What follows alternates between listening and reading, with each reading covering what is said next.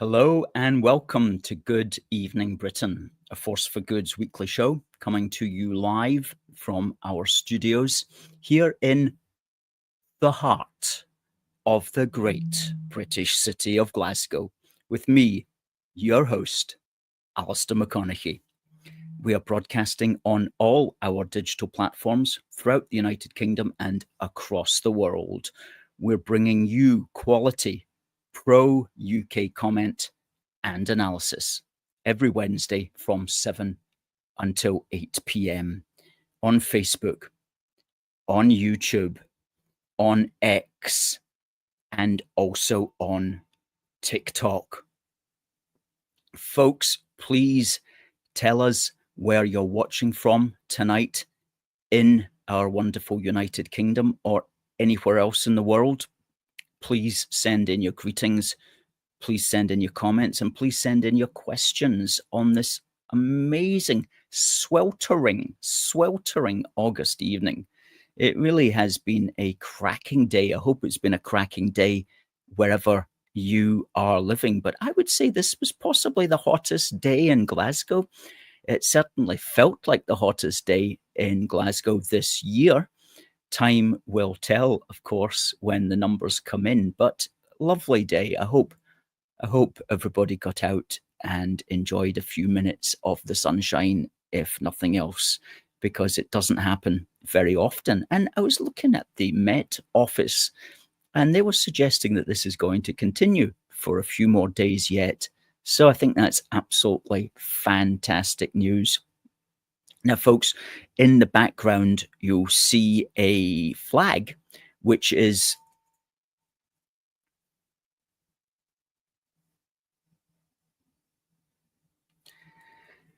commemorating the 80th anniversary of the British victory in the Far East.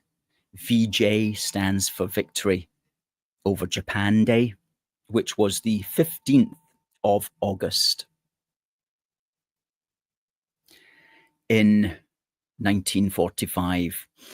And we fly this flag not to be triumphalist about things, but rather as a commemoration for all those, the soldiers and the civilians on all sides who perished in that conflict 80 years ago. Sometimes it seems longer than that when you think about it, 80 years, because for most of us, it's almost like another world. And in some ways it was another world, but there's still elements of it that are with us today.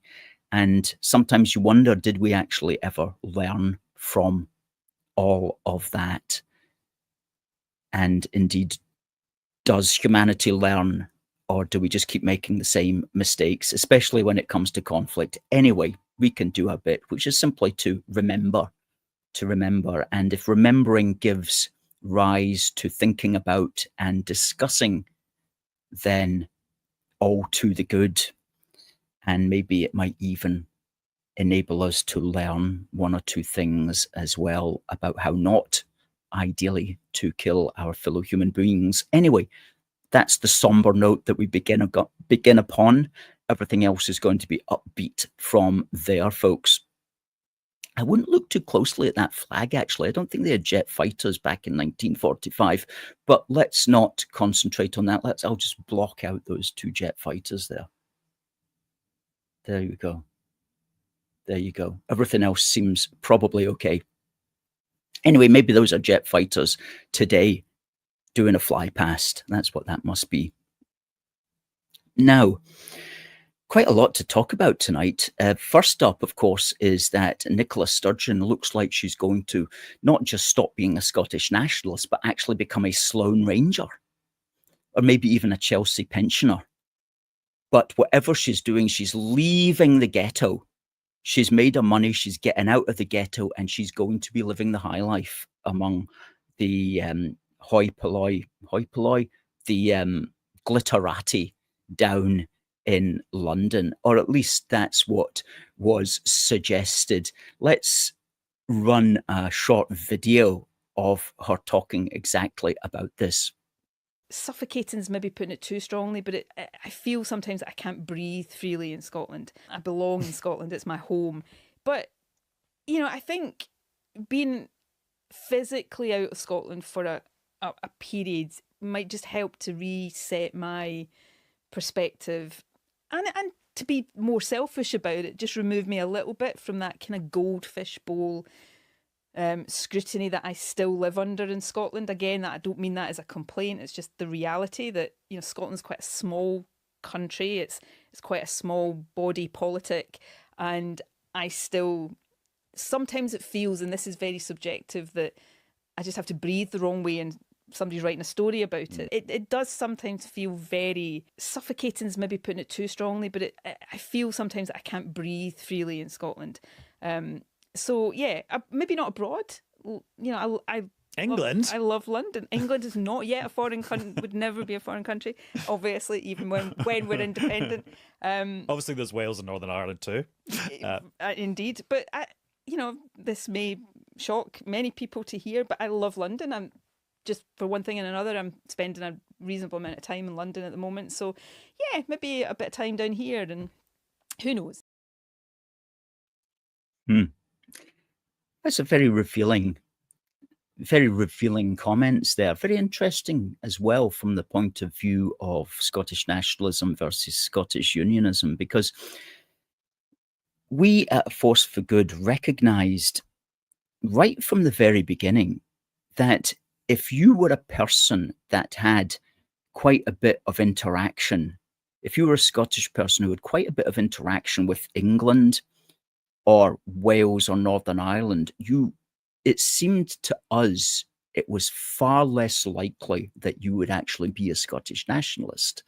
If you were somebody who maybe was growing up, you spent some time in England, or you used to go down to England to watch rock concerts or things like that, we noticed just a kind of, we didn't do a study on it or anything like that, but we just noticed that it seemed to us to appear that if you had interactions with England, you were less likely to be a Scottish nationalist. We noticed that way back when we started campaigning in 2012 and looking at the people that we were interacting with and discussing these matters with them. And I think Nicola Sturgeon is now finding that out for herself.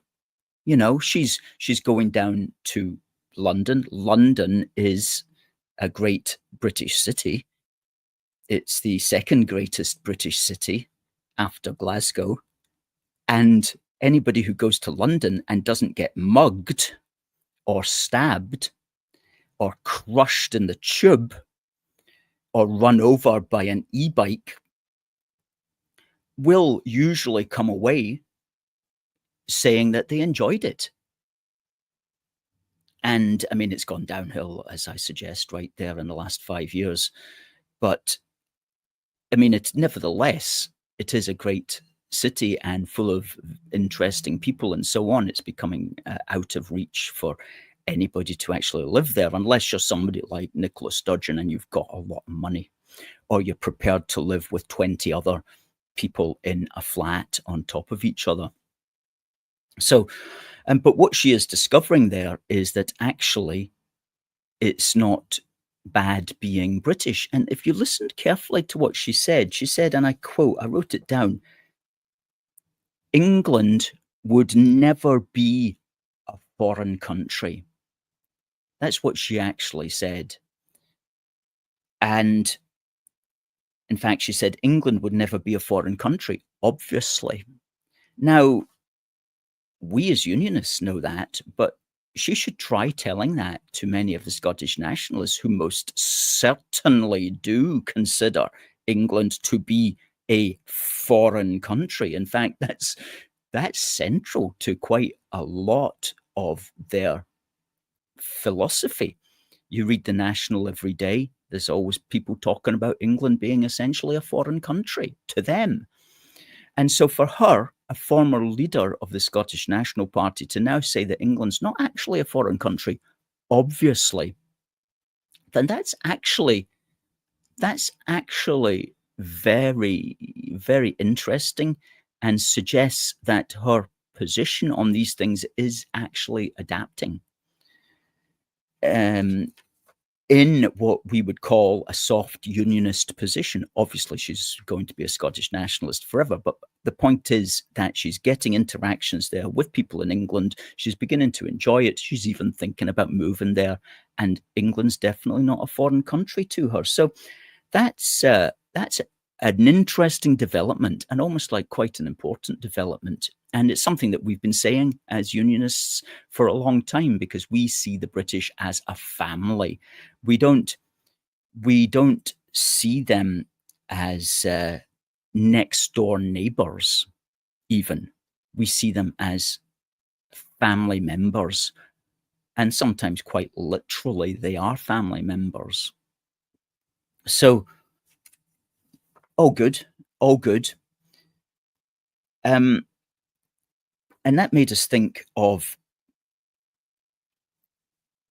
it was yesterday, the 12th of August, which was the closing ceremony of the 2012 London Olympics, which was quite an important event in the history of Britain, because it was generally considered at the time to have repopularized the Union flag, because it was everywhere.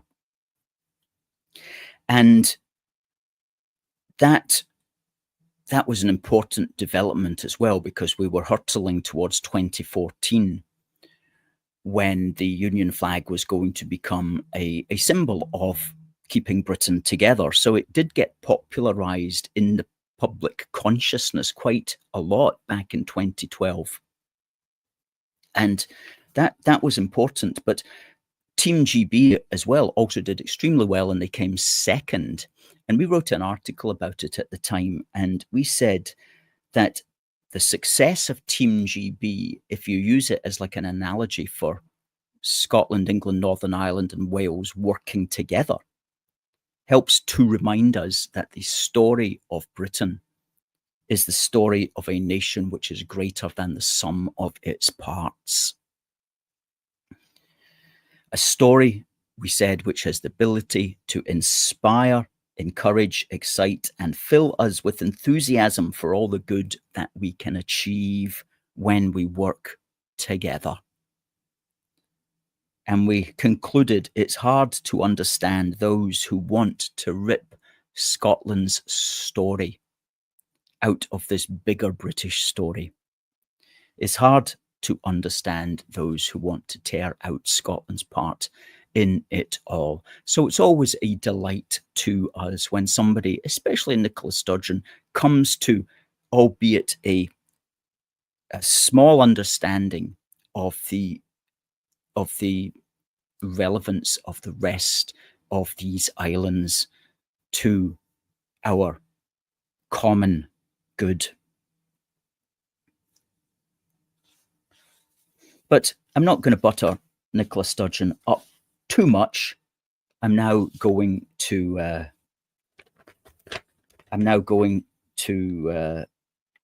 give her some tough love.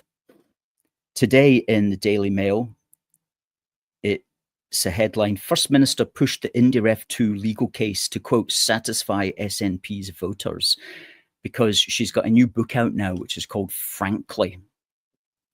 And in her new memoirs, it says in the Daily Mail here, she admits she secured a Supreme Court ruling about Holyrood holding a new referendum as she was, quote, in a bind, and wanted to get her overeager supporters off her back. She anticipated the court would block a second vote, but she said it helped snap gung-ho nationalists out of a, quote, collective delusion that it would be easy. Because if we remember, that was back in November 2022 when all this went to the Supreme Court, and the Supreme Court said that Holyrood cannot hold a referendum without the permission of Westminster. And in her book, she says she had, quote, zero appetite for trying to stage a referendum that did not meet the standards of 2014. She says, I was in a bind. Many of my party members and supporters were unwilling to accept that I lacked the power to bring about a referendum. Without Westminster agreement, I knew that it was in all likelihood impossible. So she asked the Lord Advocate to ask the Supreme Court in Westminster if Holyrood could hold a vote under its existing powers. And all of us knew what the answer was going to be. It was going to be no. She writes that in private she was unconvinced and unsurprised when the court delivered its emphatic judgment. She wrote, quote, I had hoped that the court might surprise us with a positive ruling, but I hadn't expected it. So she went ahead and asked for that ruling, and it cost the taxpayers over £250,000, even though she knew that it was likely doomed to fail. Quite remarkable, but that's coming out in her new book called Frankly, which is probably trying just to exonerate her on many issues.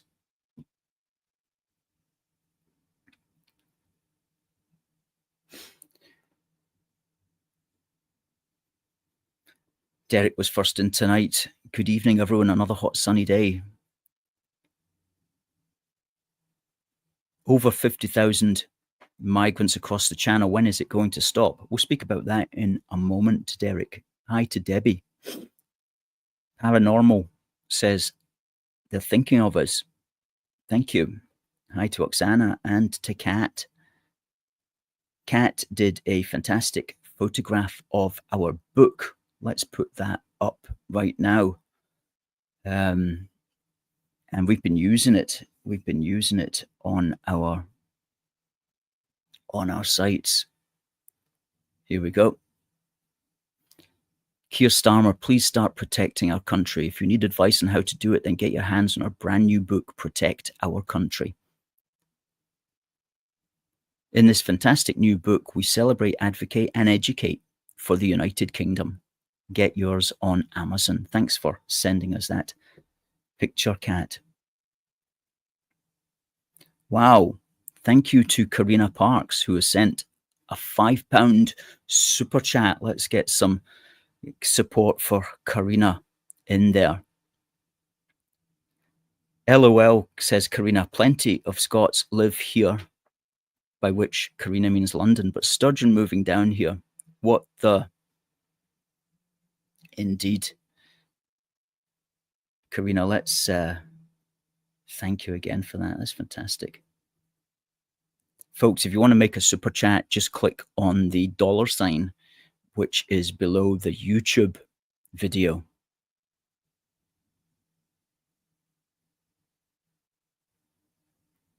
Catherine reposted this stream. Folks, if you're on Twitter, please repost. If you're on Facebook, please share. If you're on YouTube, please give us a thumbs up. Hi, Alan.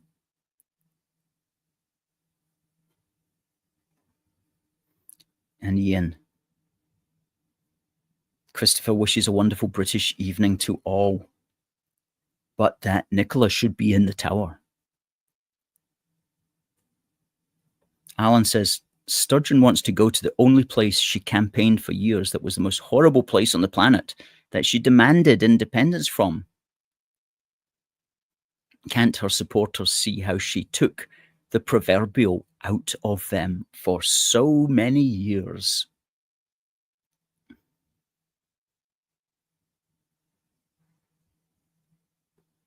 Catherine says she's not welcome.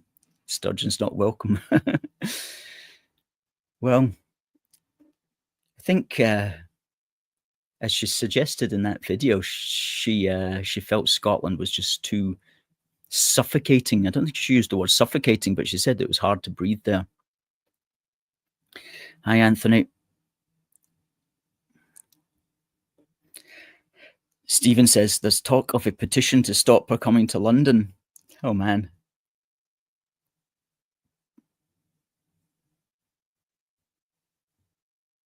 Wow, we've got another super chat.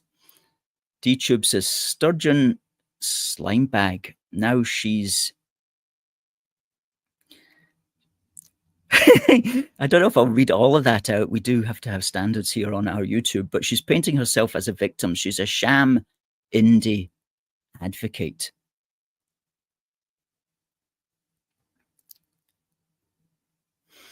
And well, we could be better off without her, Alan, indeed. Well, Christopher says that's actually right, isn't it? Sturgeon has roots in the northeast of England. I hate to think of her sharing anything with me. I think she does have family members who are from England. I don't want to go into that too deeply in case I make a mistake, but I think that's about right.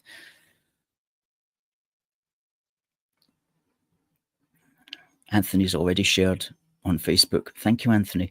Now, what I want to talk about is the change in rhetoric on various matters relating to the big issue, really, that if we put Sturgeon's book aside, the big issue is 50,000 channel crossers have come in since Labour took power. Now, Labour won the 2014 general election on the 4th of July, 2024. The 4th of July 2024. So that was 13 months ago. Labour won the general election, and there's been 50,000 of these folk coming across the English Channel since then. That's a substantial town. Okay, that's more people than live in Ayr, or for example. That's a lot of people. Now, the Labour person who's asked here, who is it? Baroness Smith has been asked for her comment. And she's the Equalities Minister. She says that the crossings are not Labour's fault, and insisted that the government was taking responsibility for it now, but added, I don't believe it is our fault that it was enabled to take root in the way in which it has done by a previous government who failed to do what was necessary at that point. And she's right. The previous government failed to do what was necessary. She continues, the last government enabled this hideous criminal activity to really get its roots into Europe. There was a lengthy period at the time in which the criminal gangs behind this had the opportunity to have this operation set up and really embedded. And she points out that the previous government, the Conservatives, did nothing to stop all of that. And in that sense, she is, of course, 100% correct, because this began in earnest in 2018, the summer of 2018, when Theresa May was the Prime Minister, and nothing was done. Nothing was done. And it was just allowed to go on, and it got worse.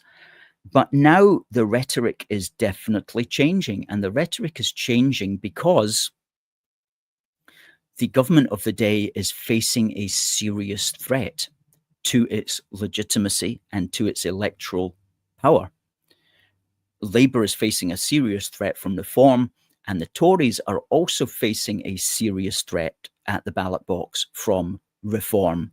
And next year there's going to be English council elections, Scottish and Welsh parliamentary elections. Is going to be a crucial year, and Labour is panicking and the Tories are panicking. And we have a video here of Kemi Badenoch really upping the rhetoric. Let's listen to this.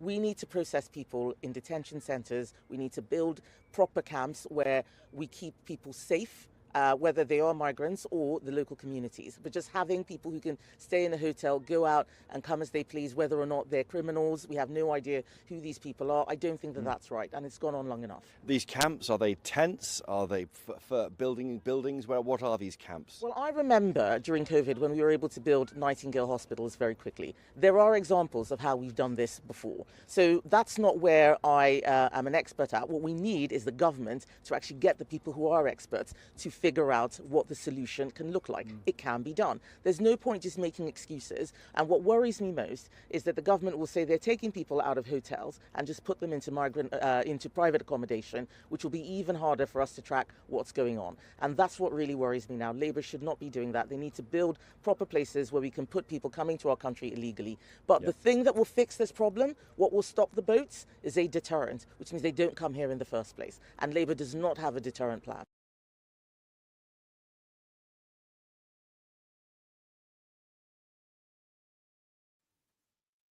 Indeed, a lot of good points there.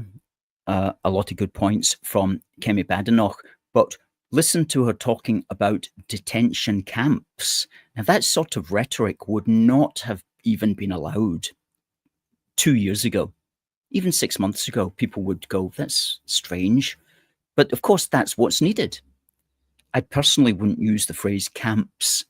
I would use the phrase, and we do use the phrase in our book, secure detention centres is what's needed. Well, two things are needed.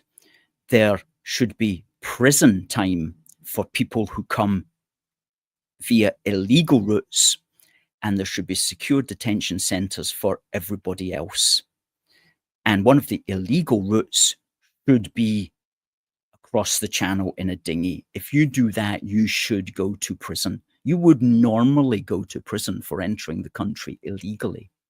The only reason, as we never tire of saying, that the channel crossers are not treated in that criminal manner is because Britain's membership of the UN Refugee Convention allows them to come in that way, provided they are, quote unquote, claiming asylum. And this relates to a theory that got up after World War II, which is that you should not block people who are trying to get into your country if they are escaping, if they are fleeing, if they are running from potential death. You should legalize that. And that may have had, or it may have a relevance in some cases, but it's clearly not relevant for anybody coming over from France, of all places. So if you come over from France, you're clearly not escaping imminent death. Therefore, you should not be allowed to use that route and claim asylum. It has to be made illegal. But under the UN Refugee Convention, we cannot make it illegal. We have to come out of the UN Refugee Convention so that we can then say, you come across the channel to claim asylum in a dinghy. That's an illegal thing and you're going to go to prison. And people say, well, why should we have to pay for them? Listen, we won't have to do it to very many, and we won't have to do it for very long until everybody else gets the message. And that would be the deterrent to stop the channel traffic, prison. And we can definitely build, as she suggested there, she didn't say prisons, she said camps for processing, which she's still got to make the next step to prison. But we can build Nightingale prisons for these people until the rest of them get the message. Lots more to talk around that issue. No doubt we'll talk about it now with our colleague, Damien Davies from Cheshire Cat Musings. Folks, if you're watching on TikTok, you won't be able to see this because it's on the computer here. But if you go to youtube.com/UK A Force for Good, you'll be able to see our discussion with our man Damien around these and many other issues. Folks, please say hello to Damien. Hi there, Damien. Good to see you tonight. Good afternoon. Nice and warm down in Cheshire. I hope it's the same for you up in the Central Belt. It has. It's been a lovely day. I'm glad to say the sun's shining on the righteous here. And have you been following this 50,000 people coming in? We've made the Guinness Book of Records for the fastest 50,000 people crossing the Channel in the last 13 months. So that's something that we're quite good at, is letting people into the country who shouldn't really be here. One of Britain's finest achievements in the last couple of years, I think, after winning the Olympics. Did you see the video on X that was circulating regarding what happens to the migrant boats? Just remind us of that again.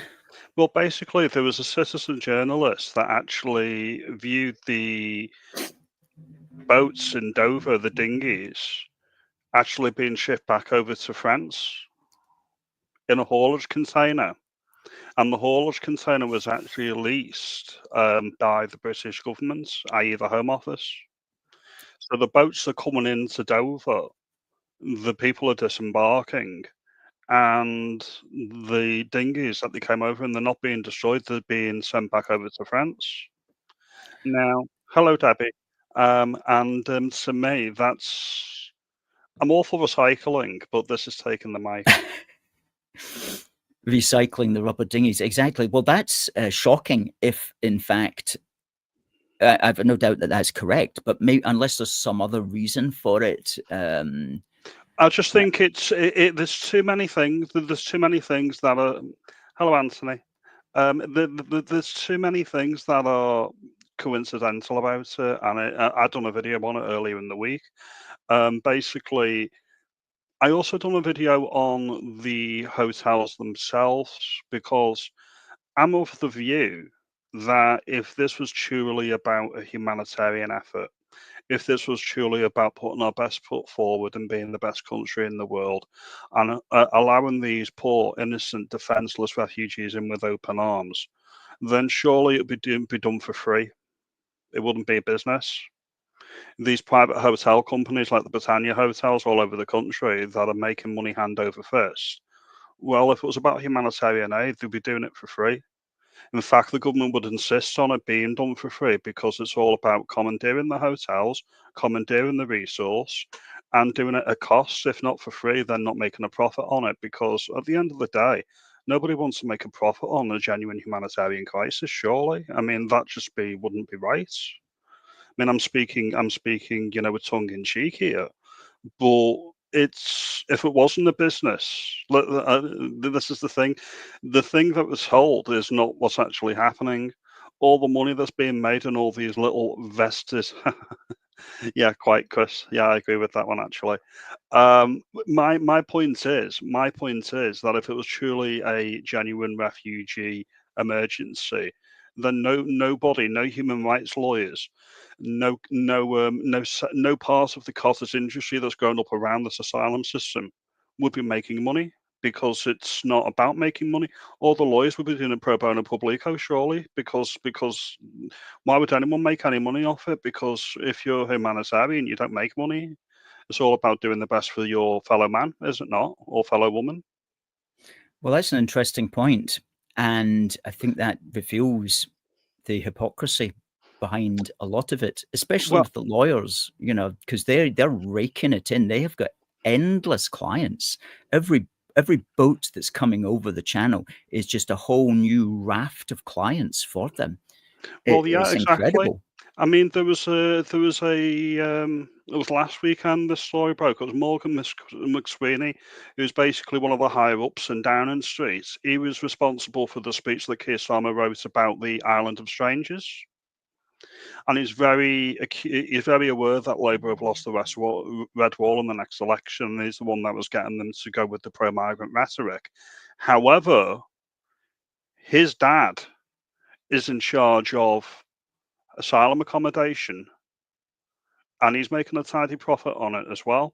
And the business that his dad owns is actually registered in Ireland, the Republic of Ireland, for tax purposes, so they get even more money and pay less corporation tax. So it's all right, Labour saying we're smashing the gangs, we want to stop this system. That's the rhetoric. But behind the scenes, how many of their higher ups have got their fingers in the cookie jar? They're all implicated, in my view. Yes, yes, that's a good point. Is to say, follow the money, and once that money starts coming in, it's very difficult for the hotel owners, for the lawyers, for the NGOs who Well, get even the huge amounts. well, even the private landlords that would normally rent their homes out to student accommodation for uni students or private tenants, they would rather take a 5-year contract from the government, whereas guaranteed income and any breakages or anything wrong with the property is going to be paid for when the clients move out. Now, back to my point earlier, if the government just went out into the public and started requisitioning or privately held accommodation, like hotels and these private flat complexes and whatnot, and said, right, you're not going to be paid for this, we're just taking it because we need it for the refugees, I've got a feeling this entire asylum system would collapse pretty much overnight. I'd like to think so, and that might be coming because they're talking about wanting to stop the hotel accommodation as soon as possible, certainly by the next general election, but ideally before then. Well, if they're not going to stop the flow of people coming over, if they've got no effective strategy to do that, then where are they going to put these people? They'll be placed directly into the community in HMOs, houses of multiple occupancy. That's exactly where they're going to go. So the headline is, oh, we've shut the hotels. People might look at that and go, oh, great, they've shut the hotels. The small print is they're not being deported. They're going to remain in the country. They're still a danger to your women and children. It's just, instead of having hotels where the security guards there's some level of segregation between the asylum seekers and the general population. And that's not going to be there at all. They're just going to be there in the wild in your community, and we'll wash our hands of it. And yes. I find what I do find that's interesting is, and I don't necessarily like the framing, but I like the fact that we're getting results on it. There's a lot of activists and campaigners that are now making it a safeguarding issue for women and children. And they're saying your policies of allowing infinity refugees into the United Kingdom without any vetting, because we don't know who they are, where they've come from, is making our women and children unsafe or less safe than they were. Because if you look at the violence and essays, we'll call them for YouTube purposes, that are happening from the early 2000s. It was about 6,000 in England and Wales, and that shot up to nearly 70,000 in England and Wales. And that's, in my opinion, due to the mass migration policy, where we're importing people with vastly different values and culture sets to ours, on the hope and a prayer that they're going to assimilate and integrate into British life. And patently, that's not true. So I sort of take issue with the fact that it has to be framed as a women and children issue, because it should just be, you're breaking into the country, you don't get to stay. That's the end of the matter, in my view. Yeah. However, if we're getting women and children out on the street, like the Pink Ladies down in London, all dressed up, very, very distinct, so they can't be categorised as far-right thugs, and they're saying this is a safeguarding issue for our women and children. Well, yes, it is, and it is getting results. I mean, what are your thoughts on that? Yes, I think that it is very important to emphasize the safety element, because you and I and most normal people will say you shouldn't be breaking into the country, it should be illegal.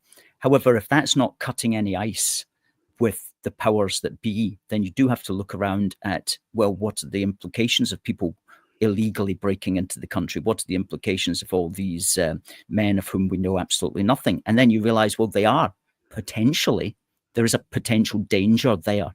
And that's really why we called our new book Protect Our Country. Oh, fantastic. Good. We've got a copy right there to you. Thanks. Well, I hope you'll enjoy that. But that's why we called it Protect Our Country, because this is an issue of security and our safety and security of the British people. And we say in the very first line here, we say, quote, "The first duty of the government is to keep citizens safe and the country secure," close quote. That's not us saying it. That's literally the very first sentence which appears on the Home Office website. So is the Home Office really performing its quote unquote first duty to British citizens and our country to keep us safe and that would secure? be And a the answer no. is no, of course they're not. They've prioritised their human rights cottage industry above and beyond the defence of the realm and the defence of the women. I'm going to even say men, because yes, women and children are more vulnerable, but men can be attacked as well. It's just that it's less likely. So it's a safeguarding issue for everyone in the country, to be fair. Oh, yeah. But there's also a with the lefty liberals. I done a write up on this on my channel yesterday as well. There's a what's the phrase? Hypocrisy. That's the one. Essentially, they're very eager to say that all cultures are equal, everybody's equally valid. There is such a thing as a universal person. We all need to hold hands and sing Kumbaya because that's the best thing to do. Until the people that they're importing into the country break the law. As soon as they break the law, they'll turn around and say, well, we have to consider they weren't naturally raised in Western Europe. We have to consider that they may have different cultural norms where they come from. And they allow this in sentencing for mitigation, which is why you'll get people that have committed heinous crimes and they get a 12-month sentence and they're out in 6 months. Or they won't even get a prison sentence, a custodial sentence, or they'll get a suspended sentence because of all this mitigation. So it turns out that all cultures are equal, all people are equally valid, and there's no difference until Mr. Foreigner, Mr. Channel Migrants, Mr. Asylum Seeker who's not from Western Europe commits a crime. And then we have to consider their very specific cultural differences and how they may not know that attacking women is wrong, or they may not know that you can't just go up and grope women in public because there's an issue of consent. It's a strange hypocrisy. Now, either all cultures are equally valid or they're not, and I'm not taking it because to me it's very, very, very racist to treat somebody from outside of Western Europe differently to somebody inside of Western Europe, with the assumption that people from outside of Western Europe need to be treated like children because they're not as civilized as Western Europeans. I think that's deeply racist and problematic by the liberal left's very, very own criteria. Wouldn't you say, Alistair? Oh, yeah, 100%. I really like that point that you made there, which isn't one I had really thought about, but it just speaks to the fact that endless excuses will be made. If you haven't got, if you don't like that excuse, we've got other excuses for them, sort of thing. It's like there was one down in, there was a Nigerian and he wasn't even sent to prison because of his difficult background. He wasn't, and he assaulted a woman, and he wasn't even given a prison sentence. He was given a suspended sentence. Now, to me, he should be on the first plane back to Nigeria. Well, absolutely, and I wonder if maybe he is going to be, because we'll just put up a picture here of a tweet that was sent by the Secretary of Justice yesterday, and we'll just read it out. Let's fire it up here. There we go. Shabana Mahmood. I am clear. Foreign criminals must be deported, never to return. And she's got some words here. When foreign nationals commit a serious crime, the appropriate punishment is clear to me. They must be sent packing.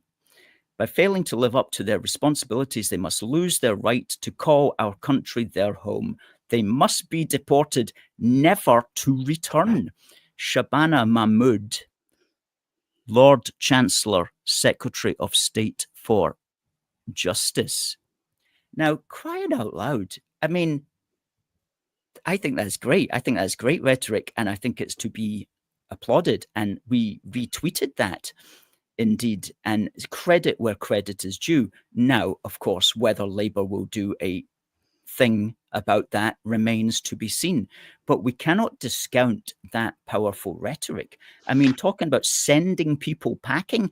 I mean, a few years ago, if you had said that, people would go, "Whoa, what are you, a member of some strange fringe party?" You know, but that's the Lord Chancellor saying that. So even if she may not do very much with that, what that does is it brings those words into reality, and it makes everybody else emboldened to say the same thing.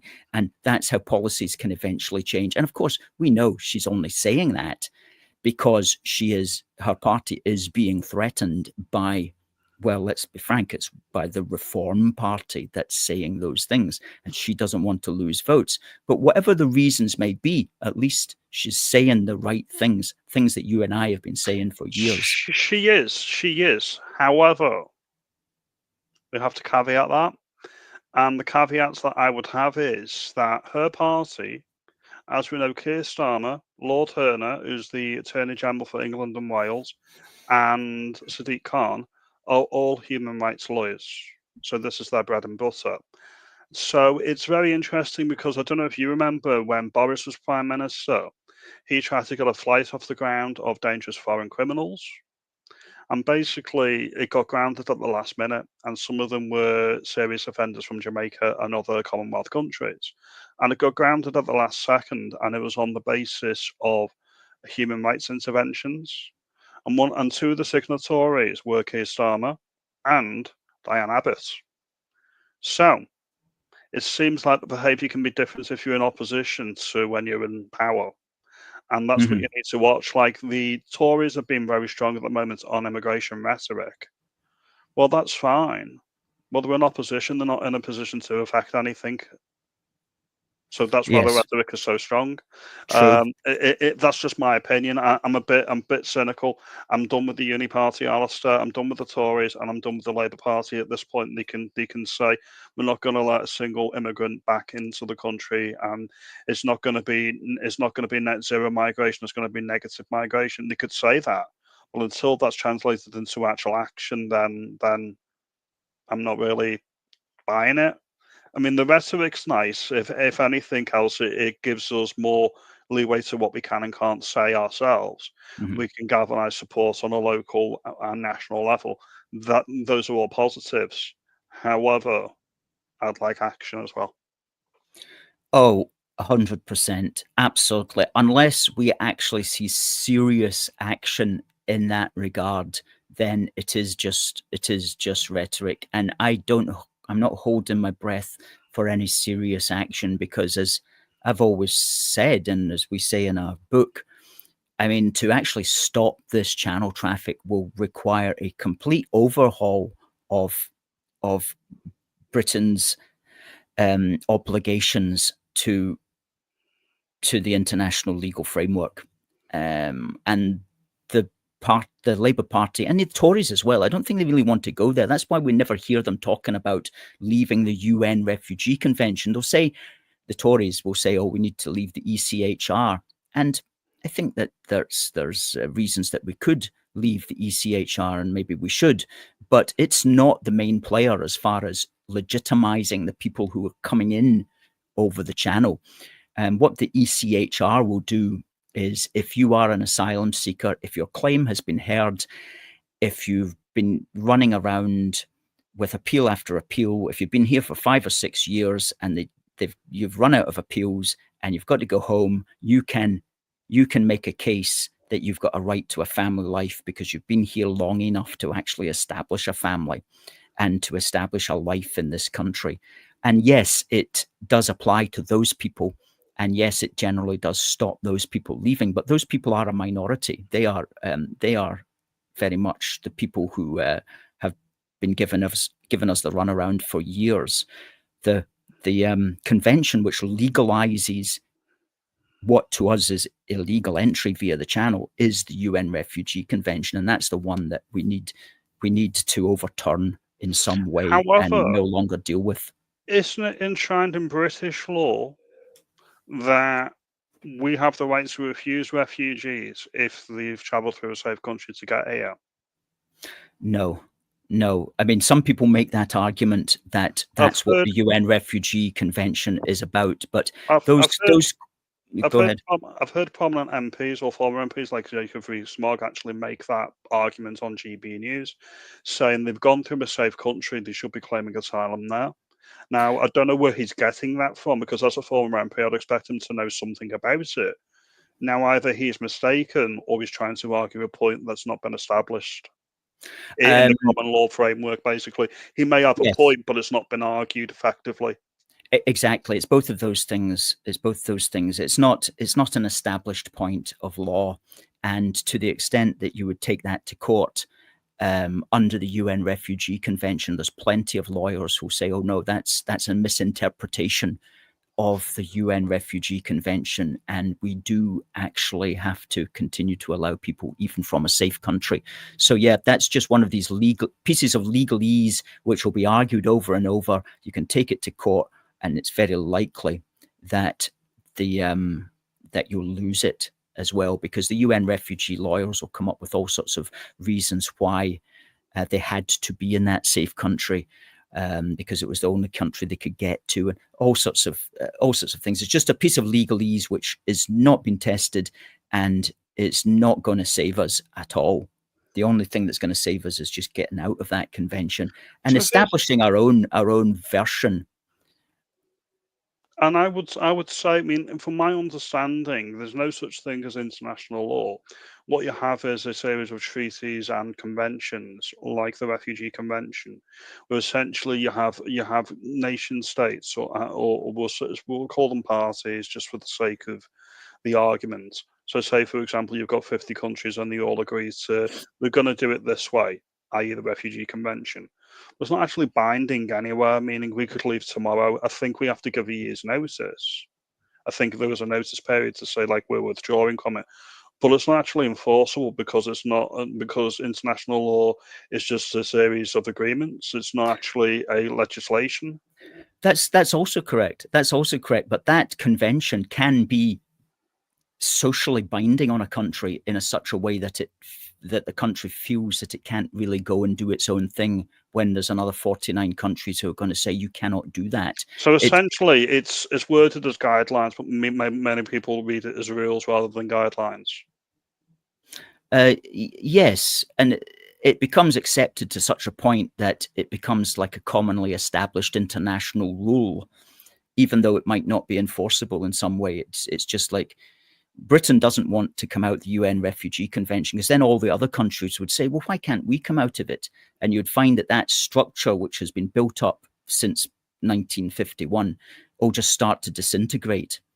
And nobody wants to be the first person to say, this isn't working for us anymore. We need to go our own way. So you're right in the sense that it's not legally binding. You're right that we could leave it, but politically, it requires a lot of courage for a national leader to say, I am leading my country out of this convention that the whole world agrees with. Well, just between me and you and your audience, Alistair, I would turn around and say straight away, it's not working for us because it's putting our women and children in danger. It's putting them at risk. If there's one serious crime that's a result of this refugee convention and somebody given or granted indefinite leave to remain on the back of a refugee convention, then that's too many. Exactly. That's my opinion on the matter, and that stems from what you said earlier in the segment, that the first priority of any government is to keep its people safe. So to me, anything that contravenes that should be a secondary or tertiary consideration. Yes, they're nice to have. Okay. ECHR, nice to have. Wonderful. Great. Refugee Convention, nice to have. They're not essential to the running of a country. You should have them lower down the totem pole. It's like the European Convention on Human Rights. It should be for Europeans.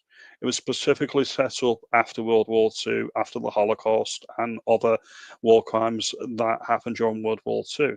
And it should be redefined so it's just specifically for Europeans. Yes, that would cause all the people from Africa to stop crossing the Mediterranean into Europe, because the ECHR has been redefined as specifically for Europeans. Yes, all of these. That would be one tweak. But you notice no one ever mentions these tweaks that are very logical and very practical. You could put these measures in. Mm-hmm. Yes. That would make a dent. It wouldn't stop the problem, but it would make a dent. If you redefine the ECHR for just Europeans, Mm-hmm. or you redefine it to say only people that are signed up to the ECHR as nation states Mm-hmm. can access the rights that come with it. For example, so you can't get refugees from Nigeria or South Africa anymore. But Yeah. considering what's happening in South Africa, we might want to take a few refugees from South Africa, like America is. Mm-hmm. But you get the principles that I'm making there. There's very specifics. I mean, they were defined in a way before we understood how they were going to be abused in the future. It's like anything, if any legislation or any law's not working, you either revise it or you repeal it. Exactly. There's so much that could be done. But there's just silence from people who should be guiding us. Paul raises the good point here about, you have to be checked for safeguarding if you're working in many jobs these days. You have to be checked and so on to protect the public. Yet we're letting people into the UK without any kind of safeguarding checks at all. And absolutely. Well, we're coming to the end of the show. It's been a good talk. We didn't get even much. We didn't get to your former first mistress, the Portland Dwarf, did we? We didn't even get onto that at all either. No. Apparently, I'll just say a few things about Nicola Sturgeon before you go, then to give you a bit of fodder. Then, I think it's ironic that the lady that wanted to lead Scotland from the oppressed English wants to relocate to London. Yes. Did she leave that chapter out of her book? Did she? Because she's mentioned that all over the press. For some reason, we're being subjected to her all over English television sets at the moment as well. Oh, right. Sorry for that. I think it's quite comical that her biggest achievement when she was in office was the baby box that nobody wanted. Mm-hmm, mm-hmm, mm-hmm. That seems to be her claim to fame. But yeah, everything that's going on from Nicola Sturgeon this past week or so is just ridiculous. It's absolutely pathetic. She's an international laughingstock. She's a national disgrace, and you well shot of her. Yes. Well, hopefully she may enjoy her time in London. I think what she'll probably end up doing actually is you'll be seeing a lot more of her because she'll get a job as a political pundit on one of these shows. Or she might even be the new host of Question Time. Imagine that. That would be like another reason never to watch Question Time. Well, yeah. With Nicola Sturgeon now, I really don't understand why people are plugging her so hard at the moment. I really don't get it. What I also found interesting before you get off basically and leave is that if you remember in the 2015 general election debates, for some reason she was debating Nigel Farage and David Cameron on a national stage for the Westminster Parliament. What I don't understand is why she was allowed to do that, because she's got no power in Westminster. She's not an MP. She wasn't an MP. She wasn't running for election in the British Parliament. And yet she was able to debate national party leaders like Farage and David Cameron. I didn't understand that. And then you flip it forward 9 years to the 2024 general election. John Swinney wasn't debating with Farage and Rishi Sunak, was he? They sent Stephen Flynn in, so for some reason that changed. Possibly it was just because the SNP didn't have any other talent that. So what you're saying to me that Stephen Flynn's more impressive than John Swinney? Probably, actually, yeah. Well, he's unfortunately likely to be the next leader of the SNP if John Swinney steps down. He's the favourite to become the next leader. Believe it or not. God help you. Exactly. Well, Damien, sorry. Thanks for coming along tonight anyway. And yeah, not a problem.